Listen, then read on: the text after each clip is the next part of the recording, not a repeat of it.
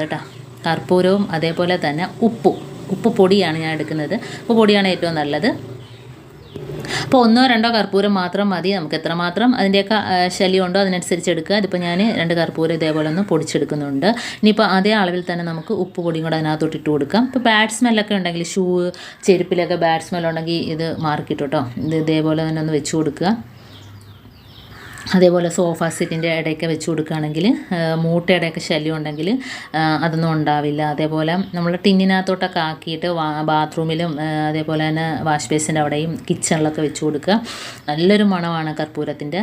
അതേപോലെ ഉപ്പുമായിട്ട് ചേരുമ്പോൾ അറിയാമല്ലോ, ഉപ്പ് നല്ല ഒരു അണുവിമുക്ത സാധനം കൂടിയാണ്.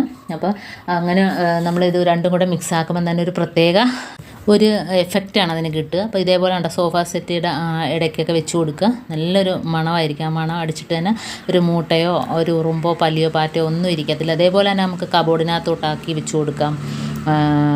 അതേപോലെ നമ്മൾ കുട്ടികളൊക്കെ ഇട്ടുകൊണ്ട് വരുന്ന ബാഡ് സ്മെല്ലൊക്കെ ഉണ്ടെങ്കിൽ ഇതേപോലെ അതിനകത്തോട്ട് വെച്ച് കൊടുക്കാം. അപ്പോൾ നല്ലൊരു മണവുമായിരിക്കും. പ്രത്യേകിച്ച് നമ്മൾ പുറത്തൊക്കെ ഇടുമ്പോഴത്തേന് എന്തെങ്കിലുമൊക്കെ ജന്തുക്കളൊക്കെ കയറിയിരിക്കുമല്ലോ. അപ്പോൾ അങ്ങനെയുള്ള ശല്യങ്ങളൊന്നും ഉണ്ടാകത്തതുമില്ല.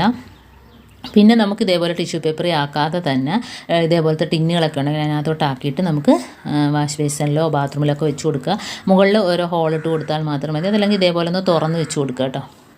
ഇപ്പോൾ കിച്ചണിലാണെങ്കിലും നമ്മൾ മീനും ഒക്കെ മുറിച്ചതിൻ്റെ ആ ഒരു സ്മെല്ലോ ഒന്നും കാണില്ല ഇതേപോലെ വെച്ച് കൊടുക്കുകയാണെങ്കിൽ.